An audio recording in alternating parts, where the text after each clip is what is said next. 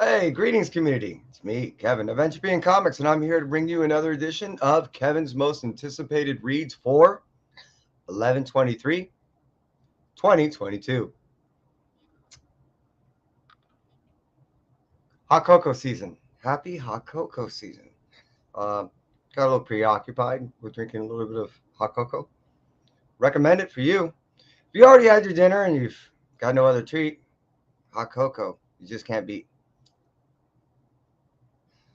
Anyways, enough of the cocoa review. I want to say hello to Mr. Las Cruces. Still dancing, Christina.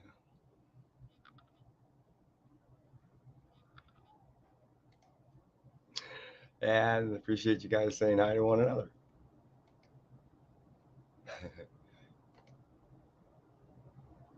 Seriously, see, there you go. I'm telling her, you and everyone else that, which you already know, Las Cruces. I'm telling everyone else, if you already have it, if you enjoy hot cocoa, just reminding you it's that season. I'm just saying.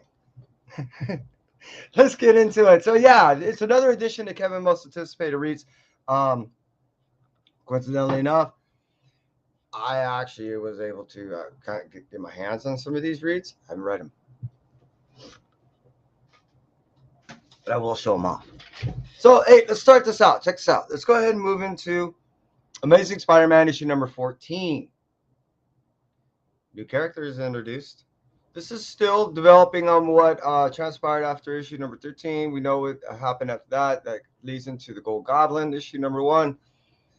This is all things that we're leading up to in the sense of and being teased from issue number 1. I'm really digging it. I know people, it's interesting when you have a character that is so ongoing that sometimes, depending on who has the helm and writing, it's like a love-hate relationship with the character and the writer. And I'm digging the series, and I've never really tried to look at any in particular writer that was doing it. I'm just now realizing that I'm loving the writers that are doing them. So, along with Dan Slott that it's doing over on the other side of the Spider-Man stuff and what this is shoot number 14 of what's happening over with the Wells side, that still leads into the whole Spider-Verse and dark stuff and Chasm, all that I believe is going to intertwine somehow.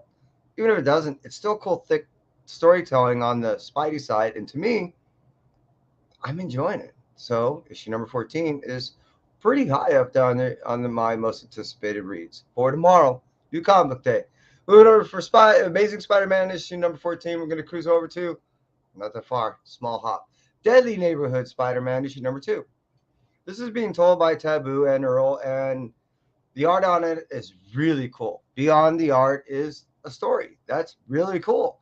This is a story that is pretty kind of wacky and spaced out. If you're into that kind of thing, I particularly am.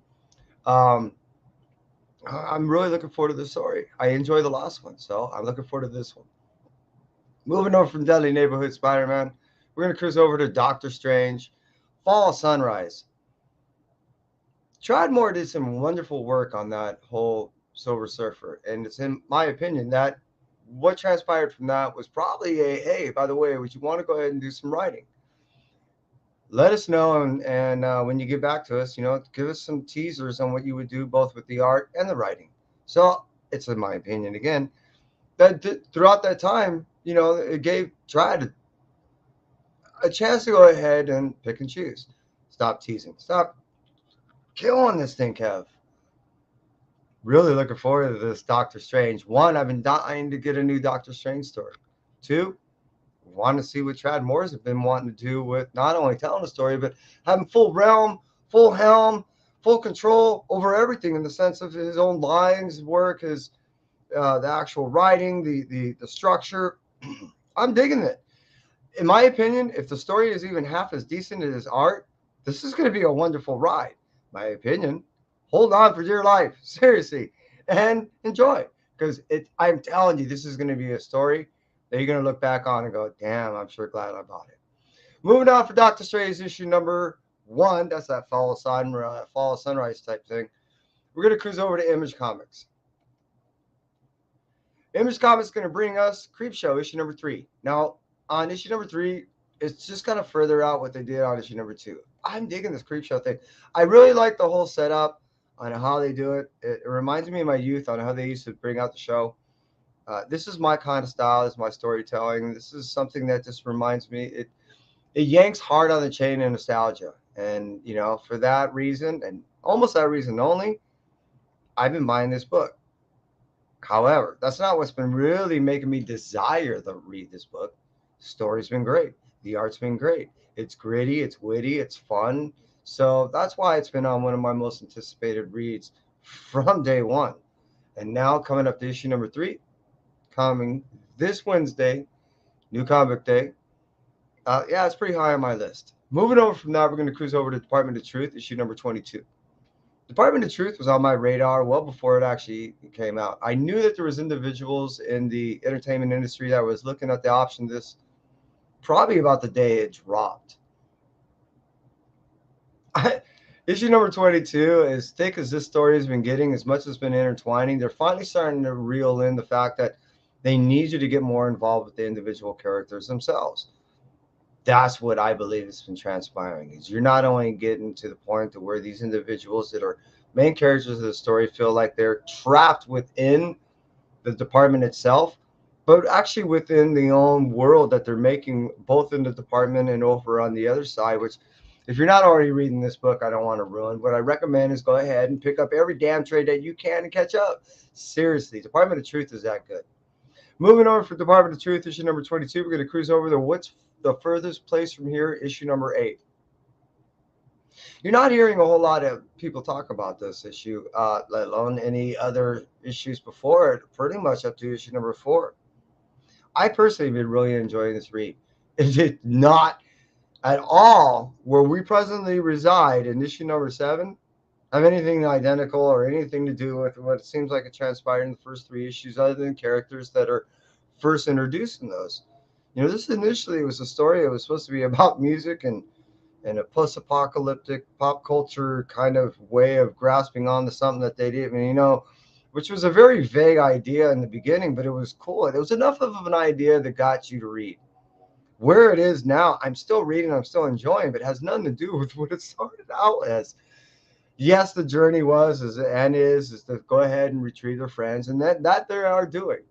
But I'm not hearing anything about song or music anymore. I'm not complaining. I'm just saying I'm kind of tripped out of where it started and where we ended. You start on a yellow brick road and you end up in a straw bale, second floor inside of a barn. You kind of want to know what happened or what they gave you. What kind of whiskey was this? Moving now from over at what's the furthest place from here, issue number 8, we're going to cruise over to DC. Leaving Image and going to DC, we find over the the nice house on the lake, issue number 12. This finishes out the whole story. This is it. I'm confused. Are you really think that you're going to be able to wrap it up decently enough in this one issue and where everyone's not going to be going, what the hell? I sure hope so. Really, it's not that I haven't been enjoying the story. I have. I've really been digging it. There was a little lull on the whole time period when it released, so it kind of scratched my head because I read way too much. I'm a space cadet anyways. But I've really been digging this month to month, or almost every other. However, it's been landing. That's why it is on my most anticipated read. I'm curious. How's this going to end? How are all these characters? Something's not everyone's supposed to live in this thing. We're not even supposed to. What the hell? So that's why it's up there. I want to know on this finishing out on the nice house on the lake, issue number 12. What the hell? So that's why it's up there on my most anticipated read. Cruising over from Look, see, my tongue went that way. We cruise over to Punchline, issue number 2. I like Punchline. Some people do, some people don't. Almost a love-hate relationship. I love the hater. I hate the lover. No, I dig her. There's not much I don't like about her. I mean, I can see all the quirkinesses and all the stuff that people can point out and say it's like this and like that. If we always overanalyze what we're reading, I can't understand how any of us is able to enjoy the ride. It's kind of like, imagine you go to Magic Mountain or any other like Six Flag type thing, and then you're not there to actually jump in the ride and sit back and relax and enjoy it. You're there to go, oh, okay, that rail was there and that bump was there, and Yeah, it should have really kind of dug it. Really? Every single time? So that's why, listen, getting it back to punchline issue number 2, I've been digging it. I've been liking issue number 1. I want to get back to more punchline stuff. I like punchline. So that's why issue number 2 is way up there on my list. Moving over from DC, we're going to cruise over to Boom. I think I just did a rant, didn't I? um, forgive me. We go over to Boom and we say hi to a very anticipated read by many. Once upon a time at the end of the world. I had to pause to take a breath in that. That is a long title. Issue number 1. This is a story of two individuals trying to find love, endure love, understand love, in a very wasteful wasteland. I know very little about this story. However, I purposely have not been reading things that have been given to me because there are some things I really want to walk in blind. So that's why it's been really up there, very high on my most anticipated read. I'm really digging this. I'm really digging what little I saw, and I'm purposely holding back from seeing some of this stuff. So it remains super high on my anticipation list, if that makes sense.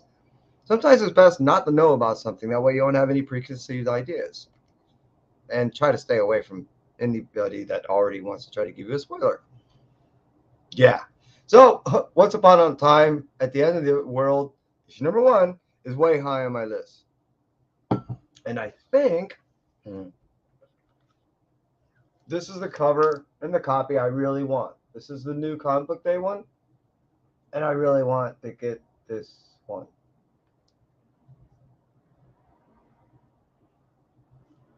Yeah. Moving on from that, we're going to go over to Stuff Nightmares. Stuff Nightmares issue number 3. It kind of has this, like, I don't know, gatekeeper feel, if you know what I mean. I'll get to that one a little bit later. But Stuff and Nightmares, yeah, that I really like the horror. I really like the gore. I like anthology type stuff. So Stuff Nightmares is a is it it's I like our I want to say so much. This R.L. Stein story is not only really cool. It's really a story that it's very quirky, creepy. So it's refreshing not to have to sit there and rip apart or horror and gore too hardcore to enjoy something that is still creepy. It's fun. It's enjoyable. It's R.L. Stein. And that's why it's really high on my most anticipated reads for tomorrow. New Convict Day, 11/23/22. We're going to cruise over from Boom. We're going to go over to Dynamite. Dynamite is given us Siren's Gate, whose issue number 2 is brought to us by Shannon Mayer. Shannon is mostly known for doing these really picturesque, really, you get a very heavy painted feel with Shannon Mayer's covers. And the fact that we are privileged to be able to get a whole book filled with his art is one thing. The fact that we're getting writing from him is quite another. And I enjoyed the first issue. I really thought it was really cool. So I'm looking forward to the second issue. And if nothing else, we are, as readers and collectors, are going to get a full run of Shannon Mayer interior art. I mean, what? How best to spend $3.99, right? All right, moving on from there, we're going to cruise over to Source Point Press, Heaven's Rejects, issue number 3. I really enjoy the first 2 issues. I mean, what you do is you get these Charlie's Angels that are kind of really angels that didn't quite make their boot camp. They really are not fit for heaven, but definitely not fit for hell. So they pretty much become vigilantes, mercenaries for hire. I don't know. They're crime fighters per se, but they need to make a way. So that's what gives us Heaven's Rejects, issue number 3.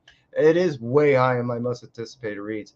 Gets me cracking up every time. We're going to move over to Source Point Press, and we're going to cruise over to Frank Miller Presents. Frank Miller is going to give us, well, 2 books. One really from him, but the other one, well, you'll see. I'll get into that. Ancient Enemies, issue number 1. That's the one I'm talking about. That's not quite for him. Both these books are $7.99. So be understanding that you are going to get a thick book, but you're going to get a thick price that goes along with it. It's, there's another one I did start reading and then I purposely stopped. I did get the Ashcan, and I really didn't want to know too much about it. Same thing with Ronin. What I decided I'm going to do is I'm going to go through, which I'm getting over to, Ancient Enemies issue number 1 releases tomorrow, and now Ronin book 2 issue number 1 also releases tomorrow. Now that is a Frank Miller written book, and Philip Tan is doing the interior art. This one I am really looking forward to. I am heavily into Japanese art, especially philosophy. Most in the pre and during feudal Japan era. And I was told that I would be enjoying the first run. When I had an opportunity to buy it, I missed out. I'm not sniveling, and I'm not going to go on too much more about that. What I'm saying is I want to get through the second run, and then I'm going to go back and buy a trade. I know that there's deals happening that for the whole Black Friday thing, so I'm going to be looking for the trade of that.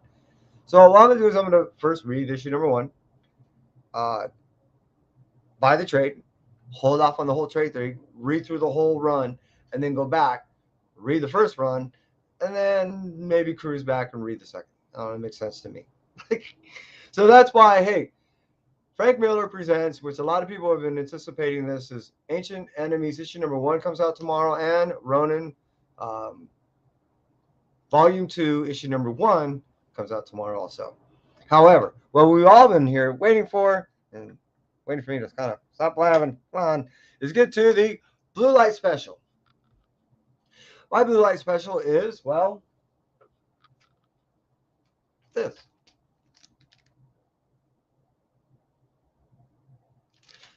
Mighty Morphin Power Rangers and Teenage Mutant Ninja Turtles, Volume 2, Issue 1, Blue Light Special. First run was so good that they had to bring it back. First run, they didn't do a whole lot of incentives. They did, I think, like a dozen different, covers along with, incentives, ratios, retailers, all that. This one, they got local comic shop day, 1-100s, 50s, 25s. I've seen so many different. The popularity is so high that, yeah, it was overwhelmingly so that we all knew that this was going to transpire. And the fact that we were going to get another crossover between these two. The first was so much fun, and we got to see so many different characters. Actually, not different, but so many characters interact in a different way in which that we probably didn't expect. We saw some cool things that were really cool, fun in the sense of new Megazord type things with the turtle thing, and this is something that had to happen again, volume 2. So obviously, here it is, and that's why Teenage Mutant Ninja Turtles, Mighty Morphin Power Rangers, issue number 1, however you want to say it, is on my Blue Light Special. And that's it for me, Andrew P. I appreciate you watching. You stay well. Take care, and have a happy new comic book day. Bye.